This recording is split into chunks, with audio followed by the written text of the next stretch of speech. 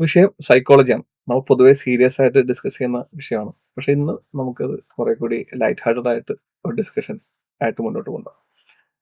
So നിന്നെയൊക്കെ വളർത്തിയത് ഇങ്ങനെയാണോ എന്ന് എന്നൊരു ഡയലോഗ് കേൾക്കാത്ത ആരും ഉണ്ടാവില്ല നമ്മുടെ കൂടെ. ഇപ്പൊ എസ്പെഷ്യലി നമ്മളുടെ കൗമാര പ്രായത്തിലൊക്കെ നമ്മൾ കൂടുതൽ കേട്ടിട്ടുള്ള ഒരു ഡയലോഗാണ്. അതേസമയം ഈ വളർത്തലിന്റെ ഗുണം കൊണ്ട് അല്ലെങ്കിൽ ദോഷം കൊണ്ട് കുട്ടികൾ അനുഭവിക്കുന്ന പ്രശ്നങ്ങളും നമ്മൾ ഈയിടെയായിട്ട് ഡിസ്കസ് ചെയ്ത് കാണാറുണ്ട്. അപ്പോൾ ഗുഡ് പാരന്റിങ്, ബാഡ് പാരന്റിങ്, ആ ഒരു ടേം ഈ ഈ ഒരു കാലഘട്ടത്തിലാണ് കുറെ കൂടി കൂടുതലായിട്ട് കേൾക്കുന്നത്. അപ്പോ അപ്പൊ നേരത്തെ പറയാറുള്ള ഈ ഒരു വളർത്തലും ഇപ്പോൾ നമ്മൾ കേട്ടുകൊണ്ടിരിക്കുന്ന ഈ പാരന്റിങ്, ഈ പാരന്റിങ് എന്ന് പറയുന്നത് ഇപ്പോൾ മാത്രം റിലവന്റ് ആയി വരുന്ന ഒരു കാര്യമായിട്ട് തോന്നിയിട്ടുണ്ടോ? പാരന്റിങ് റിലേറ്റഡ് ആയിട്ടുള്ള ഒരുപാട് ഡിസ്കഷൻസ് ഇപ്പം കടന്നു പോകുന്നുണ്ട്. അതിൻ്റെ ഇമ്പോർട്ടൻസ് എന്ന് പറഞ്ഞു കഴിഞ്ഞാൽ ഇപ്പോഴത്തെ ഫാമിലി സിസ്റ്റത്തിൻ്റെ ഒരു മാറ്റമാണ്. പണ്ട് കാലത്ത് ജോയിൻറ്റ് ഫാമിലി ഉണ്ടായിരുന്ന സമയത്ത് കുട്ടികൾക്ക് ഷെയർ ചെയ്യാനും കുട്ടികൾക്ക് കാര്യങ്ങൾ അവതരിപ്പിക്കാനൊക്കെ ഒരുപാട് പേരുണ്ടായിരുന്നു. അവർക്ക് മെൻ്റൽ സപ്പോർട്ട് ഉണ്ടായിരുന്നു. ക്ലാരിഫിക്കേഷൻസ് കൊടുക്കാൻ ആളുകളുണ്ടായിരുന്നു.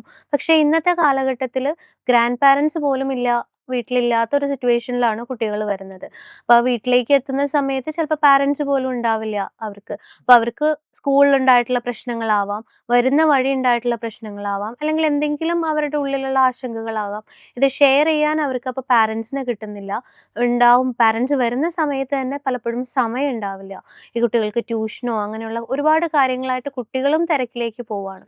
അപ്പോൾ ആ ഒരു ഫാമിലി സിസ്റ്റത്തിൻ്റെ ഡിഫറൻസാണ് സത്യത്തിൽ പാരന്റിങ്ങിന് ഇത്രയും റെലവൻസ് ആക്കുന്നത്. അപ്പൊ ഓക്കെ, ഇപ്പോഴാണ് പാരന്റിങ്ങിന്റെ റിലവൻസ് കുറച്ചുകൂടി അറിയുന്നത് മനസ്സിലായി. അപ്പോ കുറച്ചുകൂടി ശാസ്ത്രീയമായിട്ട് പറഞ്ഞാല് എങ്ങനെയായിരിക്കും റൈറ്റ് പാരന്റിങ് എന്ന് പറയുന്നത്? നമ്മൾ വളരെ സിമ്പിൾ ആയിട്ട് പറയുകയാണെങ്കിൽ നിങ്ങള് നിങ്ങളുടെ കുട്ടിയുടെ അടുത്ത് ചോദിക്കുകയാണ്, നിങ്ങളുടെ കുട്ടിയുടെ ബെസ്റ്റ് ഫ്രണ്ട് ആരാണ്? അപ്പം ആരെങ്കിലും ഏതെങ്കിലും കുട്ടി എൻ്റെ പാരന്റ് ആണ് എൻ്റെ ബെസ്റ്റ് ഫ്രണ്ട് എന്ന് പറഞ്ഞാൽ നമുക്ക് ഉറപ്പിക്കാം അതാണ് ഏറ്റവും നല്ലൊരു പാരന്റിങ്, അല്ലെങ്കിൽ നിങ്ങൾ നല്ലൊരു പാരന്റിങ് മെത്തേഡിലാണ് വരുന്നത്. ഇത് സാധാരണയായിട്ട് നമ്മൾ ഒരു അതോറിറ്റേറ്റീവ് പാരന്റിംഗ് എന്നാണ് ഇത്തരത്തിലുള്ള മെത്തേഡിനെ പറയാം. അതായത് കുട്ടിയുടെ സുഹൃത്തായിട്ടിരിക്കുക എന്നുള്ളതാണ് ഇതിൽ ഉദ്ദേശിക്കുന്നത്. ഒരു റെസ്പോൺസിബിൾ ആയിട്ടിരിക്കുക, ഉം. ഫ്രണ്ട്ലി ആകുക, അതേസമയം റെസ്പോൺസിബിൾ ആകുക. അതെ. അങ്ങനെ അങ്ങനെ പറയാമോ? അതെ, അതെ. ഒരു ഫ്രണ്ട് എങ്ങനെയാണോ കുട്ടിയുടെ അടുത്ത് കുട്ടിക്ക് ഇപ്പം നല്ല വിജയങ്ങൾ ഉണ്ടാവുന്ന സമയത്ത് മോട്ടിവേറ്റ് ചെയ്യും. അതേസമയം പരാജയപ്പെടുന്ന സമയത്ത് കറക്റ്റ് ആയിട്ടുള്ള ഒരു ഡയറക്ഷനിലേക്ക് അവരെ ലീഡ് ചെയ്യാൻ ഹെൽപ്പ് ചെയ്യുകയും സപ്പോർട്ട് ചെയ്യുകയും ഇതെങ്ങനെയാണ് ഒരു ഫ്രണ്ട് ചെയ്യുന്നത് അതേ ആസ്പെക്റ്റിൽ ഒരു പാരന്റ് ചെയ്യുവാണെങ്കിൽ അത് നമുക്കൊരു ഗുഡ് പാരന്റിംഗ് ആയിട്ട്, അല്ലെങ്കിൽ അതോറിറ്റേറ്റീവ് ആയിട്ടുള്ള ഒരു പാരന്റിംഗ് ആയിട്ട് പറയാം. അപ്പൊ ഇതല്ലാതെ വേറെ ഏതാണ് ഇപ്പോ എത്ര ഈ അതോറിറ്റേറ്റീവ് പാരന്റിങ് അല്ലാതെ വേറെ എന്തൊക്കെ വിഭാഗങ്ങൾ? അതല്ലാതെ ഒരു 3 വിഭാഗമാണ് വേറെ പറയാൻ പറ്റുന്നത്. അതോറിറ്റേറിയൻ പാരന്റിംഗ് ഉണ്ട്. അതോറിറ്റേറിയൻ പാരന്റിംഗ് എന്ന് പറയുന്നത് കുട്ടികളെ പേടിപ്പിച്ച്, ശിക്ഷിച്ച്, അതായത് പാരന്റ്സിന്റെ വാല്യൂസ് എന്താണോ, പാരന്റ്സിന്റെ ഇഷ്ടങ്ങൾ എന്താണോ അത് ആ കുട്ടിയിലേക്ക് അടിച്ചേൽപ്പിക്കുന്ന ഒരു രീതിയാണ് ഒരു കൺവെൻഷണൽ കൺവെൻഷണൽ ആയിട്ട്.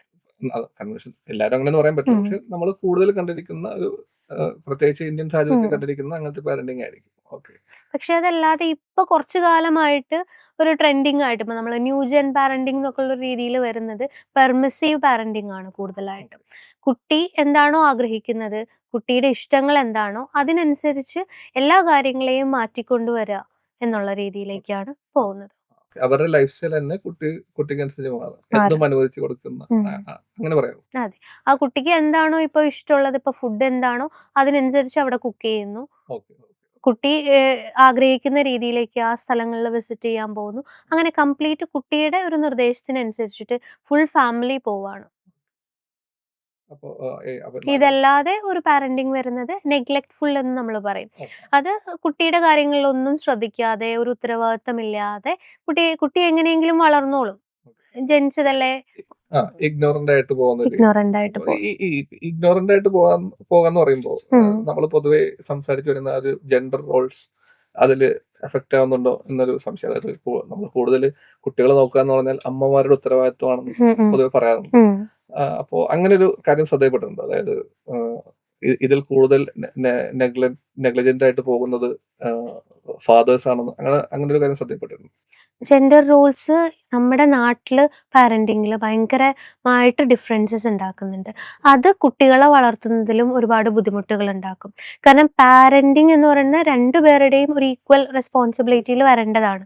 ഇപ്പോൾ ഒരു കുട്ടി എന്തെങ്കിലും ഒരു തെറ്റ് ചെയ്തു കഴിഞ്ഞാല്, ആ കുട്ടിയോട് ഒരു പാരന്റ് വളരെയധികം ദേഷ്യപ്പെടുകയും, മറ്റേ പാരന്റ് ഒരുപക്ഷെ അത് കുഴപ്പമല്ല, അത് ചെറിയ കുട്ടിയല്ലേ എന്നുള്ള രീതിയിൽ പറയുകയും ചെയ്തു കഴിഞ്ഞാല്, ഈ കുട്ടിക്ക് കൺഫ്യൂഷൻ ആവും. ഏതാണ് റൈറ്റ് ഏതാണ് റോങ് എന്ന് ഈ കുട്ടിക്ക് കൺഫ്യൂഷൻ ആവും. അപ്പം ആ രീതിയില് ഫീമെയിൽസ് ആണ് കൂടുതലായിട്ടും വളരെ സ്ട്രിക്റ്റ് ആയിട്ട് കുട്ടികളെ ഗൈഡ് ചെയ്യുന്ന രീതിയിലും, ഫാദേഴ്സ് അല്ലെങ്കിൽ മെയിൽ ഇത് വരുമ്പം അവര് കുറച്ച് ലെസ് ആയിട്ടാണ് ഇതിൽ ഇൻവോൾവ് ചെയ്യുക. അപ്പൊ വല്ലപ്പോഴും അച്ഛൻ വരുമ്പോ ആ കുട്ടിയെ ശിക്ഷിക്കില്ല, ചീത്ത പറയില്ല, എപ്പോഴും പാമ്പർ ചെയ്യാണ് ചെയ്യുന്നത്. അപ്പൊ അത് കുട്ടിക്ക് ഭയങ്കരമായിട്ടുള്ള ഒരു ബുദ്ധിമുട്ടുണ്ടാക്കും. ഓക്കെ. അപ്പോ ബേസിക്കലി അതാ ആണുങ്ങൾക്ക് ഇതില് പൊതുവെ അങ്ങനെ ഒരു ട്രെൻഡ് ഉണ്ട്. ഉണ്ട്. ജെൻഡർ റോൾ വെച്ച് അതായത് നമ്മുടെ ഇന്ത്യയിലെ ഒരു സാഹചര്യത്തിൽ നോക്കുമ്പോൾ ആണുങ്ങൾ കുറെ കൂടി നെഗ്ലിജന്റ് പാരന്റിങ് ആയിട്ട് വരാണ്. അതിൽ കൂടുതലും വരുന്നത് മെയിൽസ് തന്നെയാണ്. ഓക്കെ. അപ്പൊ ആക്ച്വലി ഇപ്പോ ഈ പാരന്റിങ് എന്ന് പറയുന്നത് നമ്മളിപ്പോ പറഞ്ഞു കുട്ടികൾക്ക് ഇങ്ങനെ ചെയ്തു കൊടുക്കുന്നത്. ഇതിനകത്ത് ഏറ്റവും ഒരു പോസിറ്റീവ് എന്ന് പറയുന്നത് അതോറിറ്റേറ്റീവ് പാരന്റിംഗ് എന്ന് പറഞ്ഞു. അപ്പൊ ഈ അതോറിറ്റേറ്റീവ് പാരന്റിംഗ് ഇപ്പൊ കുട്ടികൾ അനുഭവിക്കുന്ന വിവിധ പ്രശ്നങ്ങളുണ്ടല്ലോ. അപ്പോ എസ്പെഷ്യലി ചെറിയ കുട്ടികളാകുമ്പോൾ നമുക്ക് ഡിപ്രഷൻ എന്നൊക്കെ പറയാം. ചെറിയ കുട്ടികൾ ഡിപ്രഷൻ ഉണ്ടെന്ന് പറയാറുണ്ട്. അബ്യൂസസ്, ആബ്സെന്റ് മൈൻഡഡ്നെസ്, അങ്ങനെ കുറെ പ്രശ്നങ്ങൾ കുട്ടികൾക്ക് അനുഭവിക്കുന്നു. അപ്പോൾ ഇതിൽ പാരന്റിംഗ് ഈ പറഞ്ഞ അതോറിറ്റേറ്റീവ് പാരന്റിംഗ് എങ്ങനെയാണ് അതിനെ എന്താ പറയാ ആ പ്രോബ്ലംസിനെ എങ്ങനെയാണ് അതോറിറ്റേറ്റീവ് പാരന്റിങ്ങിലൂടെ മറികടക്കാൻ സാധിക്കുക? കുട്ടികളില് സാധാരണയായിട്ട് ഈ പറഞ്ഞതുപോലെ ഉണ്ടാവുന്ന ഓരോ പ്രശ്നങ്ങൾക്കും പാരന്റിങ് വലിയൊരു ഫാക്ടറാണ്. വലിയ ഫാക്ടർ എന്ന് പറഞ്ഞാൽ നമുക്കൊരു 70% പാരന്റിങ് ആണ് എന്ന് പറയേണ്ടി വരും. കാരണം ഒരു കുട്ടി ഡിപ്രസ്ഡ് ആയിട്ട് മാറുന്നുണ്ടെങ്കിൽ, ആ കുട്ടിക്ക് ഒരു പ്രശ്നം വന്ന് അത് ഷെയർ ചെയ്യാൻ ഒരാളില്ലാതെ, വീട്ടിലാരുമായിട്ട് ഡിസ്കസ് ചെയ്യാനില്ലാത്ത ഒരവസ്ഥ വരുമ്പോഴാണല്ലോ ഗ്രാജ്വലി ഉൾവലിയുന്നത് ആ കുട്ടി. അപ്പൊ അതിന് പകരം ഒരു അതോറിറ്റേറ്റീവ് ആയിട്ടുള്ള ഒരു പാരന്റ് ആണെന്നുണ്ടെങ്കിൽ, ആ കുട്ടിയുടെ അടുത്ത് ഡെയിലി സംസാരിക്കുന്നുണ്ട്, ഓപ്പൺ കമ്മ്യൂണിക്കേഷൻ ഉണ്ട്. അപ്പൊ അതൊരു ഡിപ്രഷനിലേക്ക് ഡെവലപ്പ് ചെയ്യാനുള്ള ചാൻസസ് വളരെയധികം കുറവാണ്. അതേപോലെ പെർമിസീവ് ആയിട്ടുള്ള പാരന്റിങ്ങിൽ വളരുന്ന കുട്ടികൾക്ക് കൂടുതലായിട്ടും അഡ്ജസ്റ്റ്മെന്റൽ ഇഷ്യൂസ് വരാനുള്ള ഒരു സാധ്യതയുണ്ട്. അപ്പൊ അവര് ഉദ്ദേശിക്കുന്ന കാര്യങ്ങളെല്ലാം നടക്കുന്നുണ്ട്. അപ്പൊ അത് കഴിഞ്ഞ് ഫാമിലിയെ വിട്ട് പുറത്തേക്ക് ഒരു ലോകത്തേക്ക് പോകുമ്പോൾ, ഒരു ഹോസ്റ്റൽ ലൈഫ് ആണെങ്കിലും അതിനുശേഷം മാരേജിന് ശേഷമുള്ള ഒരു ലൈഫ് ആണെങ്കിലും ഒക്കെ അവരെന്താണോ പറയുന്നത് ആ രീതിയിലെല്ലാം നടക്കണം എന്നുള്ളൊരു പിടിവാശിയും, അത് നടന്നിട്ടില്ലെങ്കിൽ അതിന് ഒരു ടെൻഷൻ, ആങ്സൈറ്റി വരിക, അങ്ങനെ ഒരുപാട് പ്രശ്നങ്ങളിലേക്ക് ഈ പെർമിസീവ് പാരന്റിങ് കൊണ്ടുപോകാറുണ്ട്. പിന്നെ നെഗ്ലെക്റ്റ്ഫുൾ ആയിട്ടുള്ള പാരന്റിങ്ങിൽ വളരുന്ന കുട്ടികളാവുമ്പോൾ ആ കുട്ടികൾക്ക് 2 രീതിയിലേക്ക് പോവാം. ഒന്നെന്ന് പറയുന്നത് അവർ ഭയങ്കര റെബൽ ആവും. ഓ, അവരെ ശ്രദ്ധിക്കുന്നില്ല. എന്തിനേയും ചോദ്യം ചെയ്യുന്ന ഉം. വേറെ അവരങ്ങനെ അറ്റൻഷൻ കിട്ടാതെ വളർന്നതുകൊണ്ട് ഉം, ഉം. എന്തിനേയും എതിർക്കാനുള്ള ടെൻഡൻസി ഉണ്ടാകും. ഉം. അങ്ങനത്തെ എക്സ്പീരിയൻസ് നമുക്ക് ഉണ്ടായിരുന്നു. ഉം. പിന്നെ അപ്പൊ അവര് ഒട്ടും എന്താ പറയുക, അവർക്ക് അറ്റൻഷൻ കിട്ടുന്നില്ല. അവർക്ക് ചെറുതിലെ ശ്രദ്ധ കിട്ടിയിട്ടില്ല. അപ്പൊ അതുകൊണ്ട് തന്നെ ഞാനെന്തിനാ മറ്റുള്ളവരുടെ കാര്യങ്ങൾ ശ്രദ്ധിക്കുന്നത്? ഈ ഒരു റെബൽ നേച്ചർ ആവാനും വഴിയുണ്ട്. നേരെ ഓപ്പോസിറ്റ് ഭയങ്കര ഡിപ്രസ്ഡ് ആവാനും വഴിയുണ്ട്. അവരെ സെൽഫ് എസ്റ്റീം ഒക്കെ, അതായത് അവര് വിചാരിക്കുന്നത് എന്നെ കൊള്ളത്തില്ലാത്തതുകൊണ്ടാണ്, എന്റെ വീട്ടുകാരും പണ്ട് എന്നെ നോക്കിയിട്ടില്ല, അപ്പം എനിക്കെന്തോ ഒരു കുഴപ്പമുള്ളത് കൊണ്ടാണ് ഇപ്പോൾ ആരും എന്നെ ശ്രദ്ധിക്കാത്തത്. ആ ഒരു രീതിയിലേക്കും ചിലപ്പോൾ കുട്ടികൾ പോവാൻ സാധ്യതയുണ്ട്. ഇപ്പൊ ഈ പറഞ്ഞതില് ഡിപ്രഷനും അഡ്ജസ്റ്റ്മെന്റ് ഇഷ്യൂസും പറഞ്ഞു. അപ്പൊ ഞാൻ നേരത്തെ ചോദിച്ചതില് ഈ ചൈൽഡ് അബ്യൂസ് അല്ലെങ്കിൽ പറഞ്ഞ സെക്സ് എഡ്യൂക്കേഷൻ ഇങ്ങനത്തെ കാര്യങ്ങൾ വരുമ്പോൾ എങ്ങനെയാണ് ഈ അതോറിറ്റേറ്റീവ് പാരന്റിങ് ഹെൽപ്ഫുൾ ആണ്? കുട്ടികൾക്ക് നേരിടുന്ന ഓരോ അതിക്രമങ്ങൾക്കും അവർക്ക് പറയാനായിട്ട്, കമ്മ്യൂണിക്കേറ്റ് ചെയ്യാനായിട്ട് ഒരാളുണ്ടാവുക എന്നുള്ളത് ഇമ്പോർട്ടൻ്റ് ആണ്. അതുപോലെ തന്നെ പ്രോപ്പറായിട്ട് ഈ നമ്മൾ ചെറിയ കുട്ടികളിൽ പറയുമല്ലോ, ഗുഡ് ടച്ച്, ബാഡ് ടച്ച് കാര്യങ്ങൾ പഠിപ്പിച്ചു കൊടുക്കണം. അപ്പം അത് ചെറുതായിരിക്കുമ്പോൾ തന്നെ ആ കുട്ടിയുടെ അടുത്ത് ആ ഒരു ബോധ്യം വളർത്തിക്കൊണ്ടുവരിക എന്നുള്ളത് പാരന്റിന്റെ തന്നെ ഡ്യൂട്ടിയാണ്. പാരന്റിന്റെ മാത്രമല്ല, സ്കൂൾസിലും ഒരു പ്രോപ്പർ സെക്സ് എഡ്യൂക്കേഷൻ ആവശ്യമാണ്. കാരണം നമ്മൾ ടീച്ചേഴ്സിനെ ഒരു സെക്കൻഡ് പാരന്റ്സ് ആയിട്ടാണല്ലോ പറയുന്നത്. കുട്ടികൾ കൂടുതലായിട്ടും സ്കൂൾസിലാണ് നിൽക്കുന്നത്. അപ്പം സ്കൂൾസിന്റെ ഭാഗത്തു നിന്നും സെക്സ് എഡ്യൂക്കേഷന്റെ ഒരു ഇമ്പോർട്ടൻസ് വരേണ്ടതുണ്ട്. അങ്ങനെ വരുമ്പോൾ ഈ ചൈൽഡ് അബ്യൂസ് പോലുള്ള കാര്യങ്ങൾക്ക് ഒത്തിരി മാറ്റങ്ങൾ വരും. അപ്പൊ കൂടുതലും ചൈൽഡ് അബ്യൂസ് നമുക്കിപ്പോ പ്രായഭേദമന്യേ പല കുട്ടികളും അനുഭവിക്കുന്നുണ്ട്. പക്ഷെ കുറെ കൂടി കൂടുതൽ ഇവർ ഇതിലേക്ക് എക്സ്പോസ്ഡ് ആവുന്നത് ഇവരുടെ ടീനേജിലാണ്, അഡോളസെന്റ് ഏജിലാണ്. അപ്പോൾ ഈ അഡോളസെന്റ് ഏജിൽ പാരന്റിങ്ങിൽ എന്തെങ്കിലും ഡിഫറൻസ് ഉണ്ട്? അതായത് നമ്മൾ പറയുന്ന ഗുഡ് പാരന്റിങ്ങിൽ ഈ ടീനേജിലേക്ക് വരുമ്പോൾ എന്തെങ്കിലും ഡിഫറൻസ് ഉണ്ടാകുന്നതായിട്ട് ശ്രദ്ധിച്ചോ? ഒരുപാട് മാറ്റങ്ങൾ വേണ്ട ഒരു കാര്യമാണ്. ഇപ്പം എനിക്ക് ഓർമ്മയുള്ളത് എന്നെ കാണാനായിട്ട് ഒരു 30 വയസ്സുള്ള ഒരാള് ഒരിക്കൽ വന്നിരുന്നു. അപ്പൊ പുള്ളിയുടെ കല്യാണം ഒക്കെ ഉറപ്പിച്ചു. പക്ഷെ കല്യാണം കഴിക്കാൻ പോകുന്നതും കല്യാണത്തിന് ശേഷമുള്ള ഇപ്പം കല്യാണം കഴിഞ്ഞിട്ട് ഒരു കുട്ടി ഉണ്ടാവുന്നതും ഇതിലെല്ലാത്തിലും പാരന്റ്സിന്റെ ഒരു ഇൻവോൾവ്മെന്റ് അപ്പോഴും അവിടെ വളരെ വിസിബിൾ ആയിട്ട് അവർക്ക് എക്സ്പീരിയൻസ് ചെയ്യുന്നുണ്ട്. അപ്പം ആ ഒരു ബോണ്ട്, അതായത് പാരന്റ്സിന്റെ ഒരു ചെയിൻ ആണ്. നമ്മളുടെ നാട്ടിലെ ഉള്ള ഒരു അതോറിറ്റേറ്റീവ് ആയിട്ടുള്ള ഒരു പാരന്റ്സ് ആണെങ്കിൽ അവർക്ക് ഈ ഒരു ചെയിൻ ഉണ്ടാവത്തില്ല.